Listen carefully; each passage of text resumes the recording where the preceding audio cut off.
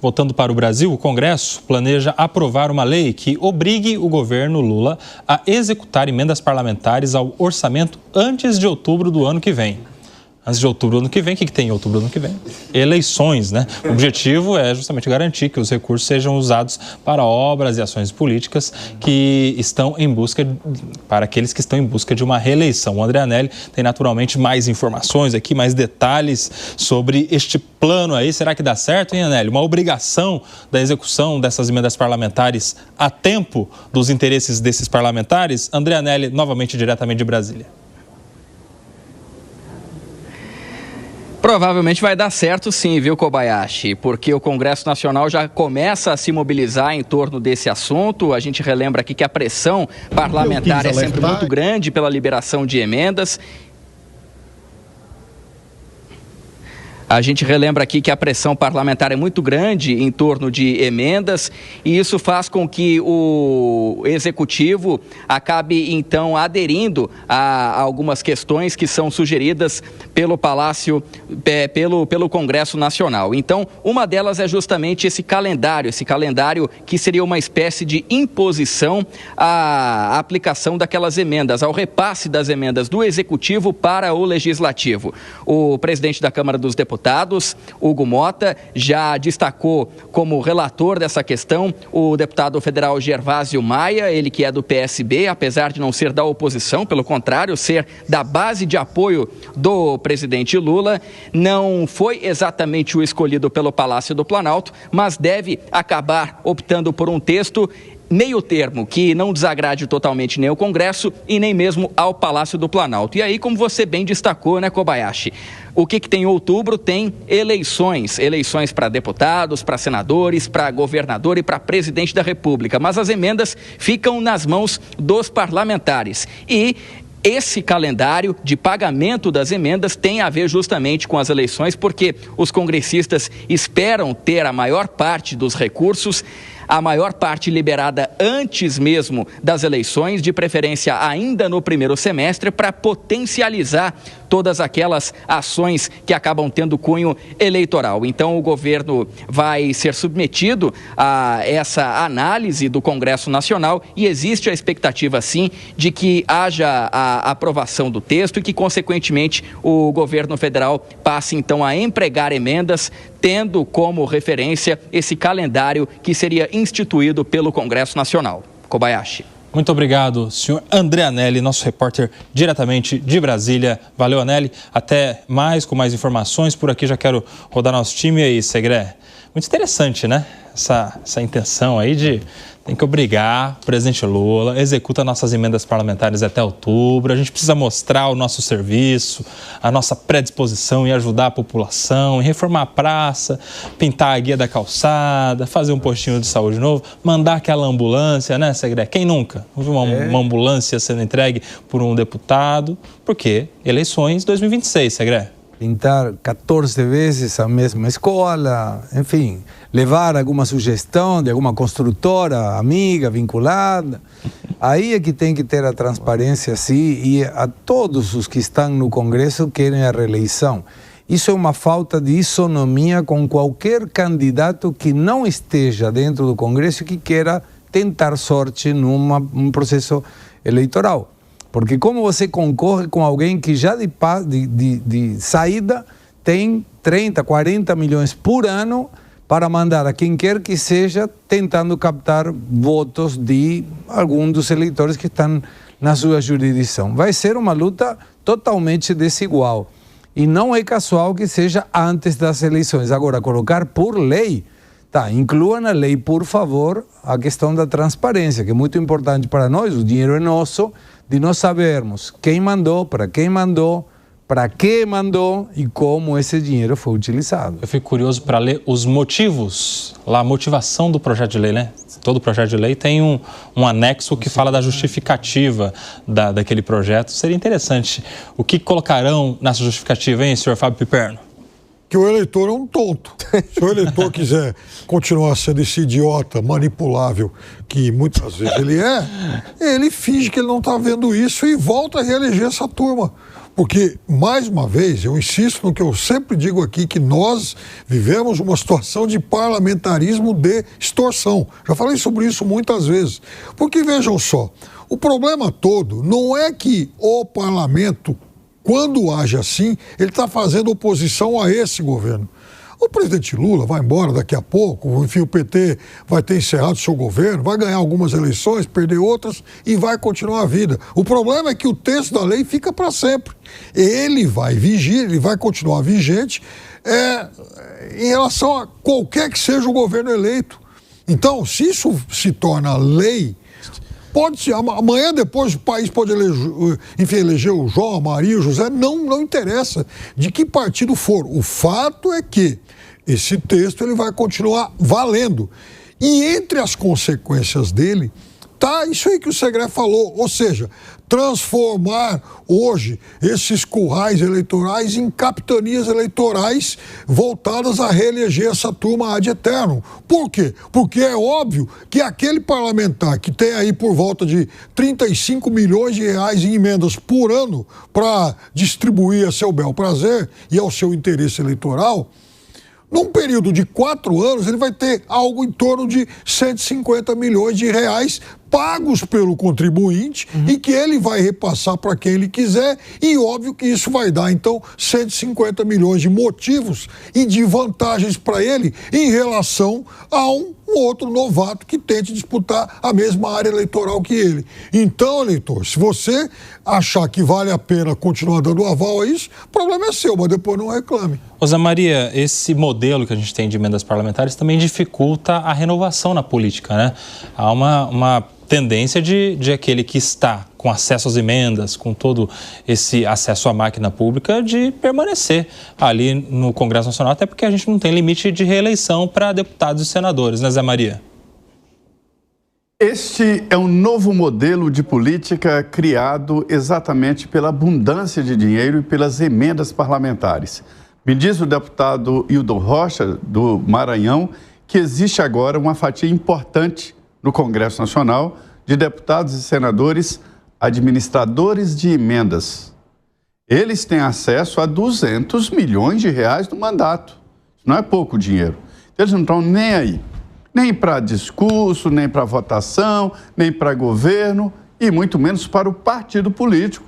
Isso está interferindo na atividade partidária. Os líderes já não comandam mais os partidos porque tem essa fatia chamada de administradores de emendas constitucionais. Esse novo império do Congresso foi iniciado lá atrás, no governo da ex-presidente Dilma, quando, numa disputa com o presidente da Câmara, e aí acabou nisso aí. Eduardo Cunha criou a emenda impositiva. Mas nem toda emenda é impositiva. Existem emendas de comissão, existem emendas de plenário, existem emendas por Estado, né, de bancadas, e há uma tentativa de criar as emendas de partido, né? Porque os líderes estão dizendo, eu sou líder do partido e não tenho emenda. É por isso que o ministro do Supremo, Flávio Dino, disse o seguinte: deve ter emenda parlamentar no céu, porque senão não é céu, um lugar que não tem emenda parlamentar, né? E aí os deputados querem mais, querem mais, querem mais. Isso é como droga, né? Nunca está satisfeito. Todo mundo sabe que no final isso vai dar errado.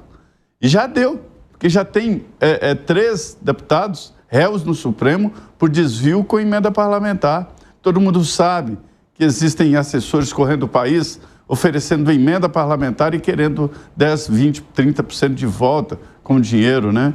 Então, é como droga. Os deputados vão querer mais e cada vez mais emendas parlamentares. Olha, não sei como é que eu vivi até hoje sem emenda parlamentar não, viu, Kobayashi?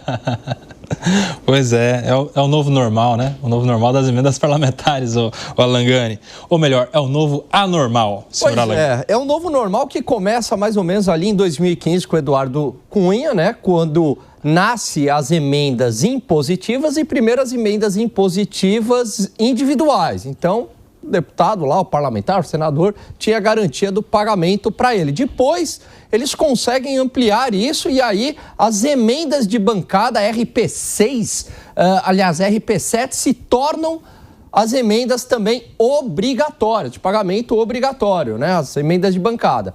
Aí vem as emendas de comissão, que não são obrigatórias, não são impositivas.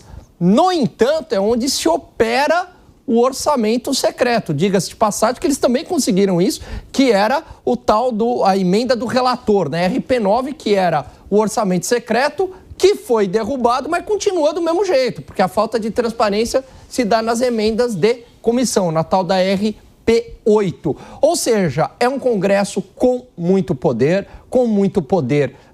financeiro, e agora querem mais, né? Agora querem um cronograma de pagamento de emendas, querem emendas partidárias, querem institucionalizar. E eu vou pegar um gancho aqui no que o Piperno falou, e eu concordo.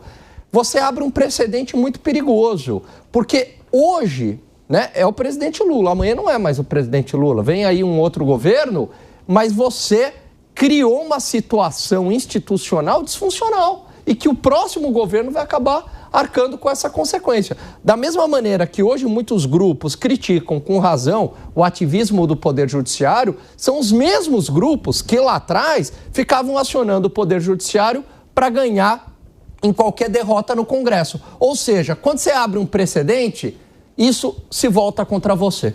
Muito bem, Fábio Piperno. Isso aí, de alguma maneira, eu acho, na origem, pode ter a ver também com um descompasso ali, um destempero dos poderes que são a divisão dos entes federativos, né? Deixa eu explicar melhor.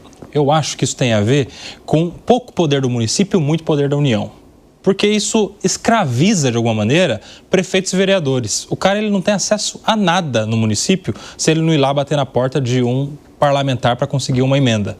Aí ele consegue a emenda para ele fazer o que ele precisa na cidade dele e depois ele tem que fazer campanha para esse cara, para devolver a emenda parlamentar também depois de 2 anos. Como é que fica também essa questão da falta de poder para os municípios? Se esse dinheiro todo da emenda já não fosse direto para o município, já não seria melhor? Faz uma divisão por igual aqui para todos os municípios e aí cada prefeito e vereador que cuide como quiser dessa verba pública. E aí? Ô Nelson, mas o problema todo disso, eu concordo que esse raciocínio ele é muito coerente, ele explica uma parte desse descalabro todo, mas nós também temos que considerar que muitos municípios não têm nenhum ou muito pouco acesso a emendas. Se o deputado, se a região, ela não elege um representante, ela não elege um parlamentar, ela vai passar 4 anos abandonada.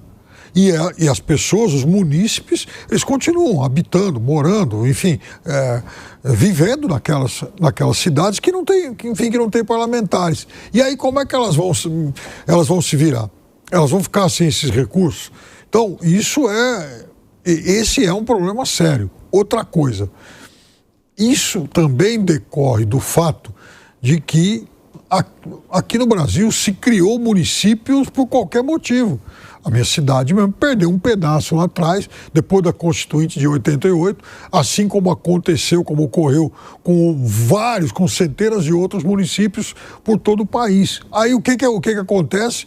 Mais gasto público. Aí sim o gasto público ele é injustificável, porque você tem, enfim, se você tem um município e ele perde um pedaço, por tabela está nascendo uma outra Câmara de Vereadores, um outro corpo de secretários, um outro corpo de funcionários. Então, tudo vai ficando mais caro e aí menos recursos vão de fato para a ponta, para quem precisa. Eu acho que o Brasil deveria, inclusive, fazer uma reforma em relação a esses municípios que são totalmente inviáveis. E, quem sabe, reagrupá-los ou, enfim, reagrupar alguma parte em algumas regiões do país. Isso seria muito impopular, hein, Piperno? Acho que o presidente que fizer isso não reelege, não. Tem essa também, né? O Piperno é liberal.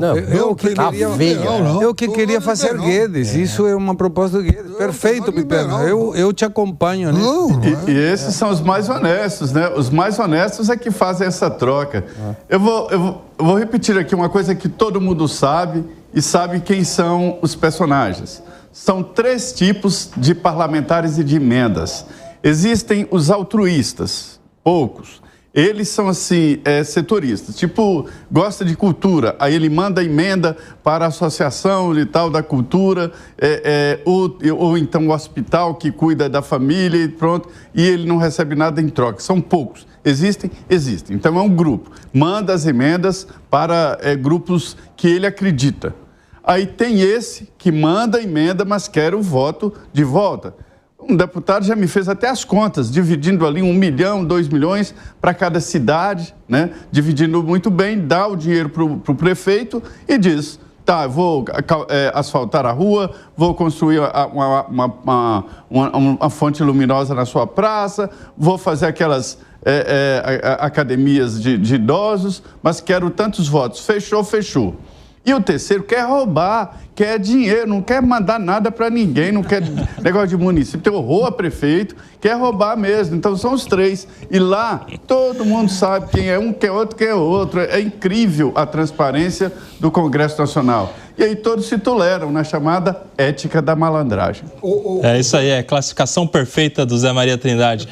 Rapidinho, Piperno. É por isso que o Chico Anísio criou aquele personagem, o Justo Veríssimo, que falava, eu quero que pobre se exploda. É isso aí, eu quero mesmo roubar. Então, muitos justos veríssimos em 2025. São 17 horas e 26 minutos. Rápido intervalo para você que está na rádio.